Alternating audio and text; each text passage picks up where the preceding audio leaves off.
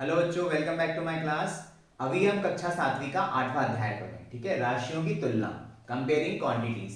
तो पहले दो जो टॉपिक थे वो हमने पढ़े, अनुपात और समानुपात। अब जो तीसरा टॉपिक है जिसपे हम प्रश्नावली 8.2 के प्रश्नों को हल करेंगे वो है प्रतिशत।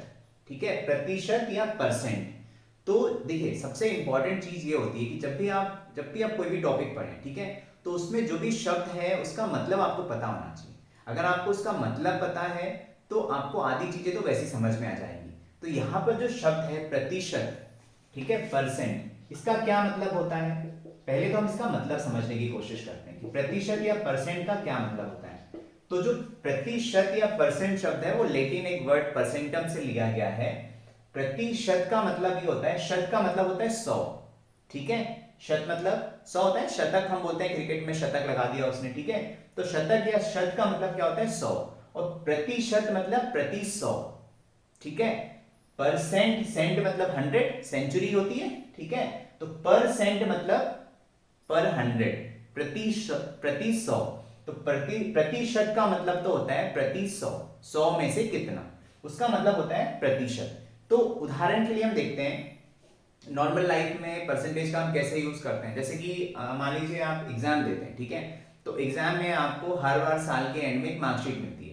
आपने जितने भी यूनिट टेस्ट दिए, जितनी भी आपकी क्वार्टरली एग्जाम्स हुए या फिर हाफ ईयरली एग्जाम्स हुए, प्री बोर्ड हुए, फिर मेन एग्जाम हुआ, तो उसके बाद में आपको एक मार्कशीट मिलती है। तो आप मान लीजिए आप एमपी बोर्ड में पढ़ते हैं, ठीक है। एक कोई दूसरा विद्यार्थी है, वो किसी दूसरे बोर्ड में पढ़ता है, किसी दूसरे स्कूल में पढ़ता है, हमारे देश के किसी दूसरे कोने के दूसरे राज्य में पढ़ता है। वहां पे परीक्षा का पैटर्न अलग है, उनके क्वार्टरली एग्जाम्स अलग अलग मार्क्स के होते हैं और टेस्ट अलग अलग मार्क्स के होते हैं। तो क्या होगा कि अब उसको भी एक मार्कशीट मिलेगी, साल के एंड में उसको भी एक मार्कशीट मिलेगी, आपको भी एक मार्कशीट मिलेगी, ठीक है। तो मार्कशीट में मान लीजिए आपके जो टोटल एग्जाम्स थे, जो टोटल आपने पेपर दिए, उसमें आपको 500 में से 400 नंबर मिले, ठीक है। 400 नंबर मिले, प्राप्तांक है ये। और कुल मार्क्स कितने थे? 500 थे, ठीक है, कुल अंक। अब कोई व्यक्ति दूसरे किसी राज्य में, मान लीजिए उत्तर प्रदेश में या बिहार में है, उसके जो टोटल मार्क्स थे, जो जितने टोटल उसके पेपर हुए, उसके कुल मार्क्स थे 1000, ठीक है। कुल अंक कितने थे उसके? 1000। उसको उसमें से 500 अंक मिले। तो दो व्यक्ति हैं, ठीक है, नाम दे दीजिए, ये राम है, ये श्याम है, ठीक है। तो राम को 400 अंक मिले, 500 में से ये एमपी बोर्ड में है और ये यूपी बोर्ड में है। तो अब देखिए, अब यहां पे इसको 400 अंक मिले हैं और इसको 500 अंक मिले हैं, लेकिन जो कुल अंक हैं वो 500 है और यहां पर कुल अंक कितने हैं? 1000 है। तो हम क्या बोलेंगे, किसका अच्छा रिजल्ट आया? भाई अंक देखने से तो ये समझ में आ रहा है कि इसको 500 नंबर मिले, तो इसका इसका रिजल्ट अच्छा आया, उसको 400 ही नंबर मिले। लेकिन ऐसा नहीं है, इसको जो 400 मिले हैं वो 500 में से मिले, ठीक है, और इसको जो 500 मिले वो 1000 में से मिले। तो इनको हम प्रतिशत के रूप में व्यक्त कर सकते हैं। तो प्रतिशत के रूप में व्यक्त करेंगे मतलब हम क्या करेंगे, जो पूरी कैलकुलेशन है उसको 100 में से निकाल लेंगे। जितने भी राज्य हैं, जितनी भी एग्जाम्स है, मान लीजिए 10th में, 7th में, अगर बहुत सारे बच्चे अलग अलग बोर्ड में, अलग अलग स्कूल्स में और अलग अलग राज्यों में पढ़ते हैं, तो उन सब की अगर हमें मेरिट लिस्ट बनानी है, ठीक है, अगर हमें मेरिट लिस्ट बनानी है तो हमें कैसे पता चलेगा कि भाई किसके नंबर ज्यादा हैं, किसके कम हैं, किसने अच्छा प्रदर्शन किया एग्जाम में? तो उसके लिए क्या करेंगे, हम सबके मार्क्स 100 में से कैलकुलेट करेंगे, ठीक है। मतलब जो भी नंबर आए हैं उसमें जो कुल मार्क्स है उसको 100 मान लिया जाएगा और उसमें से निकालेंगे कि उनको कितने मिले, ठीक है। वो अभी हम देखेंगे कैसे हम निकालते हैं। तो उससे हमें क्या पता चल जाएगा, अब इसको अगर हम निकालें, मान लीजिए, ठीक है, इसको हम उदाहरण के लिए निकालते हैं। 500 में से कितने हैं? 400। तो 100 में से कितना होगा? 100 में से मतलब हम क्या माने कि नीचे क्या करते हैं, हम 100 का गुणा कर देते हैं, ठीक है। तो ऊपर भी क्या करना पड़ेगा, हमें 100 से गुणा करना पड़ेगा। भाई ये हम देख चुके हैं भिन्न संख्याओं में, ठीक है, कि अगर हम ऊपर नीचे अगर सेम संख्या का गुणा कर दें तो उससे संख्या का मान नहीं बदलता, ठीक है। हम प्रतिशत निकाल रहे हैं, प्रतिशत मतलब प्रति 100, ठीक है। तो ऊपर नीचे हमने 100 का गुणा कर दिया, तो 100 का ऊपर नीचे गुणा मतलब 100 से 100 कट गया, मतलब पूरी संख्या में हमने 1 से गुणा किया, और 1 से गुणा करने पर संख्या का मान तो बदलेगा नहीं, ठीक है। किसी भी संख्या में अगर आप 1 से गुणा करेंगे तो संख्या नहीं बदलेगी। तो क्या होगा, अब देखिए, ये 2 जीरो से ये 2 जीरो कट गए, ठीक है। ऊपर कितना आया? 400, नीचे बचा 5 और ये 1/100, ठीक है, प्रति 100 ये हुआ, तो इसको इसमें अगर आप 400 में 5 का भाग देंगे तो ये कितना आएगा 80, और जो 1/100 है, ठीक है, ये 80/100 आ गया। ये भाई ऊपर क्या बचा, इसमें हमने इसका भाग दिया तो 80 बचा, 80 एकम 80, और नीचे क्या बचा 5 गुना 100, 100, तो 80/100 मतलब 100 में से 80 मिले, 500 में से 400 मिले थे, 100 में से कितने मिले उसको 80, तो इसको ऐसे भी लिखते हैं 80%। 1/100 को क्या लिख सकते हैं प्रतिशत। ये जो चिन्ह होता है ये किसका चिन्ह होता है, ये आपने देखा होगा, ठीक है, बहुत जगह यूज होता है। ये क्या होता है, प्रतिशत का चिन्ह है, मतलब 100 में से उसको कितने मिले 80 मार्क्स मिले, ठीक है। वैसे ही हम ये यूपी वाले विद्यार्थी के निकालते हैं, इसके 500 हैं 1000 में से, ठीक है, तो हम क्या करेंगे ऊपर नीचे क्या करेंगे 100 का गुणा कर देंगे, ऊपर भी 100 का गुणा कर दिया, नीचे भी 100 का गुणा कर दिया, इससे मान नहीं बदलेगा उसका, 100 का ऊपर नीचे गुणा किया तो 1 से गुणा हुआ, और 1 से गुणा करने पर उसका मान नहीं बदलेगा, तो यहां पे क्या हुआ, ये इससे कट गया, 2 0 से ये कट गया, ऊपर कितना आया 500, नीचे क्या बचा 10, ठीक है। हम इस 100 को ऐसे ही रहने देंगे, हमें प्रति 100 निकालना है।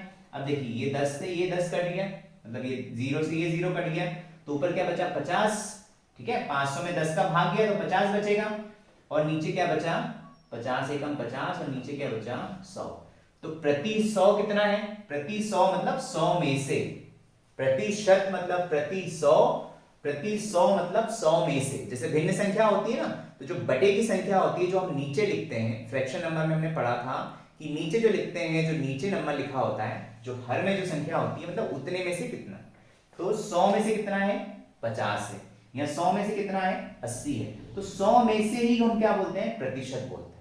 80% का मतलब ही है 100 में से 80, यहां पे कितना आ गया ये 50%, प्रति 100 है ये, ठीक है, 100 में से कितना 50, ठीक है, तो ये आया 50%, मतलब जो यूपी वाला विद्यार्थी है उसके कितने मार्क्स आए 50% आए, और इसके कितने आए 80% आए, ठीक है।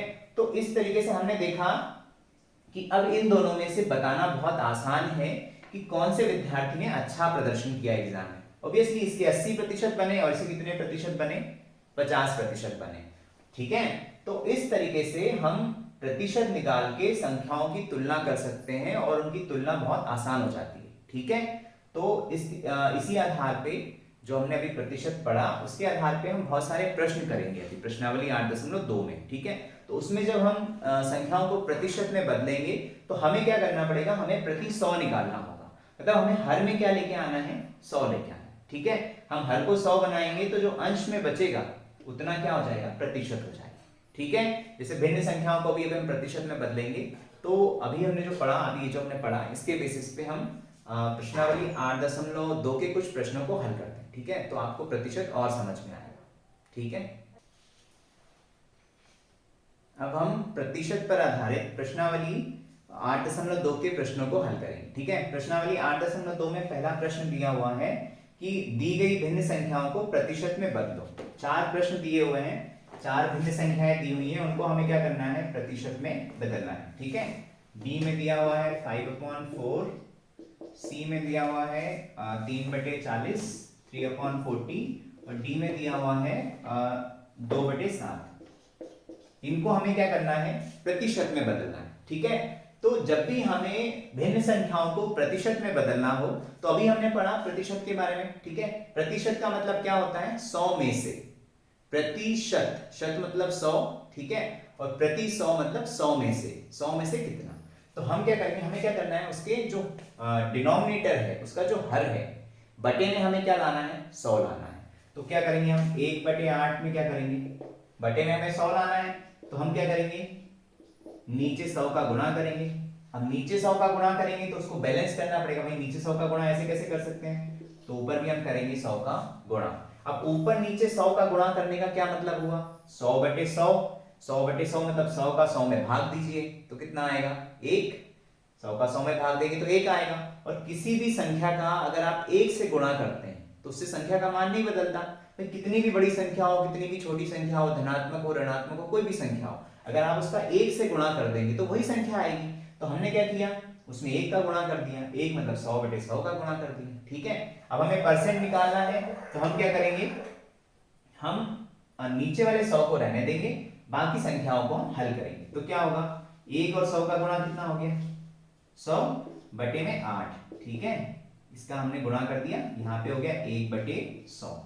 1 बटे 100 को हम परसेंटेज लिख सकते हैं, 100 में से हुआ इसका मतलब, ठीक है, और इसको हम इससे भाग कर देंगे तो कितना आ जाएगा ये 8, ठीक है, 8 दूनी 16 और कितना बचेगा 12.5, ठीक है, 12.5। 100 का अगर आप 8 से भाग करेंगे तो कितना आएगा 12.5 बटे में कितना है 100, 12.5 गुना 12 बटे में कितना है 100, बटे में 100 मतलब क्या हुआ, 1 बटे 8 का मतलब हुआ 12.5 बटे 100, मतलब 100 में से कितना 12.5, तो इसको हम क्या लिख सकते हैं 12.5 प्रतिशत या परसेंटेज, कितना आ गया 12.5%, ठीक है। वैसे ही हम दूसरे प्रश्न को हल करेंगे, ठीक है। दूसरे प्रश्न में हमें क्या दिया हुआ है 5/4, तो हमें क्या करना है, इसको प्रतिशत में बदलना है, तो हम क्या करेंगे ऊपर नीचे 100 का गुणा कर देंगे, ठीक है, ऊपर भी 100 का गुणा कर दिया, नीचे भी 100 का गुणा कर दिया, तो ऊपर ये कितना हो गया 500, नीचे वाले 100 को हम वैसे ही रहने देंगे, क्या आया इसके बटे में 4, नीचे क्या बचा हुआ है 100, ठीक है, हम ऐसे लिख सकते हैं इसको, 4 गुना 100 हमने वैसे ही लिख दिया, इन दोनों का गुणा कितना हो गया 500, अब 500 में 4 का भाग दे दीजिए, कितना आएगा 4 एकम 4, ठीक है, 4 दूनी 8, 4 पंजे 20, बटे में कितना बच गया 500 बटे 4 बराबर 125 आ गया, 500 का 4 से भाग दिया तो कितना आ गया 125 बटे में 100, मतलब 5 बटे 4 कितना है 125 में 125 बटे 100, मतलब 100 में से 125, मतलब 125 प्रतिशत, यही तो प्रतिशत होता है, 100 में से कितना 100 में से 125, मतलब 125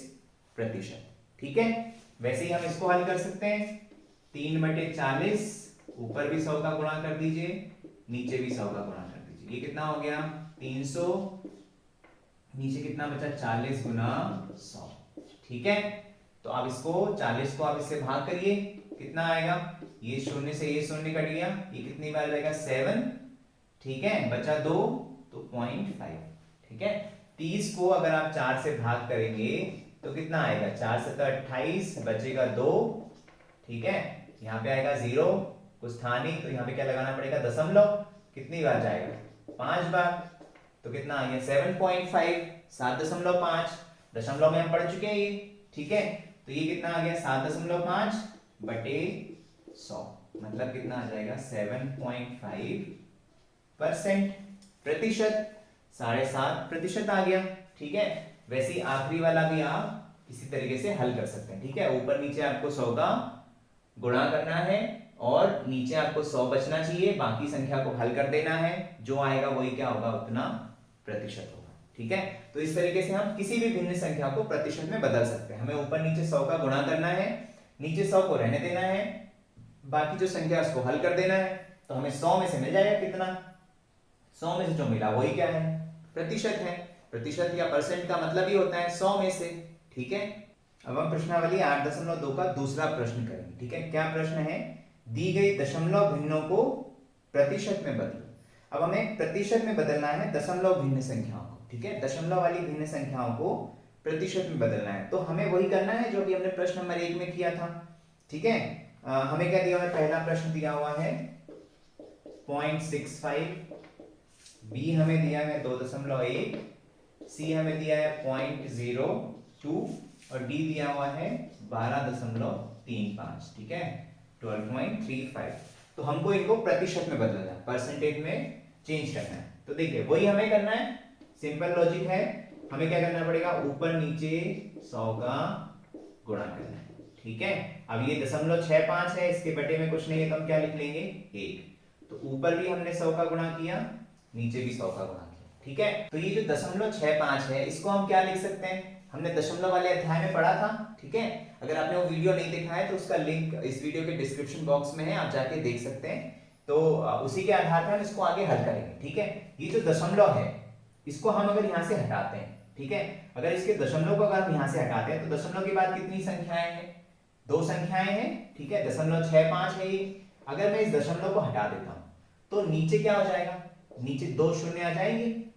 ये हमने पढ़ा था कि जब भी हम किसी दशमलव वाली संख्या का अगर हम 10 से भाग करते हैं, ठीक है, अगर कोई दशमलव वाली संख्या है, मान लीजिए ये है 65 है, अगर हम नीचे अगर एक शून्य है तो क्या हो जाएगा, दशमलव एक अंक के बाद लग जाएगा, इसको हम ऐसे लिख सकते हैं, ठीक है, क्या हो जाएगा 65/10 को हम क्या लिख सकते हैं 6.5, एक शून्य है तो एक अंक के बाद दशमलव, ठीक है, तो इसको हम ये लिख सकते हैं 6.5 को 65/10 लिख सकते हैं, ठीक है। वैसे ही अगर नीचे दो शून्य है तो क्या हो जाएगा, दशमलव राइट साइड से दो अंक के बाद लगेगा, ठीक है, दो शून्य है तो दशमलव एक दो अंक के बाद लगेगा, तो 0.65 को हम ये लिख सकते हैं, मतलब अगर दो अंक के बाद दशमलव है, अगर इस दशमलव को अगर हम हटाते हैं, अगर इसको हम हटाएंगे, ठीक है, अगर इसको हम हटाएंगे, इसको मैंने हटा दिया, तो अगले स्टेप में क्या लिख सकते हैं, इसको हम 65/100, जितने अंकों के बाद दशमलव है उतने ही नीचे क्या आ जाएंगे, जीरो आ जाएंगे। तो यहाँ पे कितने अंकों के बाद दशमलव है,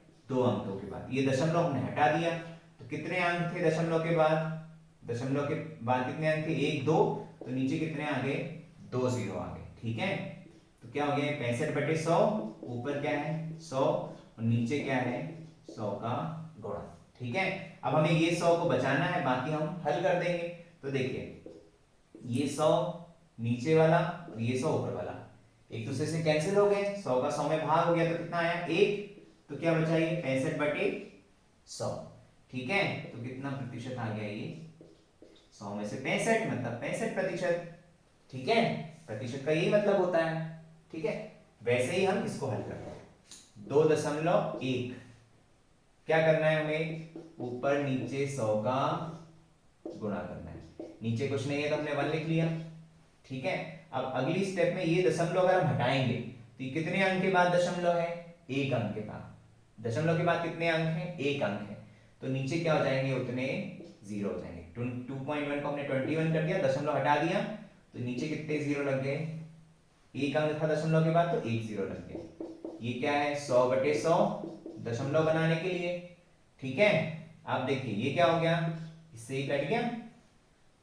100 से 10 का भाग गया तो 10 बचा, तो 10 का इसमें गुणा करेंगे कितना आएगा 210/100, तो कितना हो गया ये 221%, ठीक है। वैसे ही ये क्या है 0.02, ठीक है, ऊपर नीचे क्या करेंगे हम 100 का गुणा करेंगे, ठीक है, ऊपर भी गुणा कर दिया 100 का, नीचे भी गुणा, परसेंटेज में बदलना है उसको, प्रतिशत में बदलना है, तो नीचे हमें 100 चाहिए। अब देखिए यहाँ पे हम ये दशमलव को हटाते हैं, दशमलव के बाद कितने अंक हैं, दो अंक हैं, तो ऊपर क्या बचा 02 मतलब 2, ठीक है, ये दशमलव हट गया, दशमलव हटा तो ऊपर दो दशमलव के बाद दो अंक थे, तो नीचे कितने जीरो लग जाएंगे, दो, ठीक है, एक के पीछे कितने जीरो लग गए, दो, ये 100/100 तो पहले से है ही, हमने गुणा कर रखा है दशमलव में बदलने के लिए।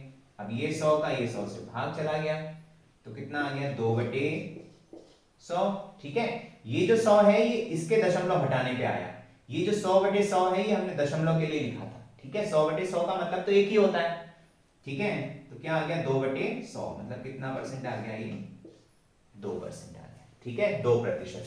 वैसे ही आखिरी प्रश्न क्या है 12.35, ऊपर 100 नीचे भी 100 का गुणा करेंगे, ठीक है, ये दशमलव हटा दीजिए तो कितना हो जाएगा ये 1235, ऊपर 100 नीचे भी, ये दो दशमलव है, दशमलव के बाद दो अंक हैं तो नीचे दो शून्य आ गए, नीचे पहले से ये 100 पहले से था, ये 100/100 तो है ही, ठीक है, इसका क्या बन गया, ये दशमलव हट गया तो ये कितना हो गया 1235/100, ठीक है, तो क्या हो जाएगा ये 100 से 100 कट गया 1235/100, मतलब कितना आ गया 1235%, ठीक है, 1235/100 मतलब क्या आ गया 1235%, ठीक है। तो इस तरीके से हम दशमलव वाली जो भिन्न संख्याएं हैं, जो दशमलव संख्याएं हैं, उनको प्रतिशत में बदल सकते हैं, ठीक है।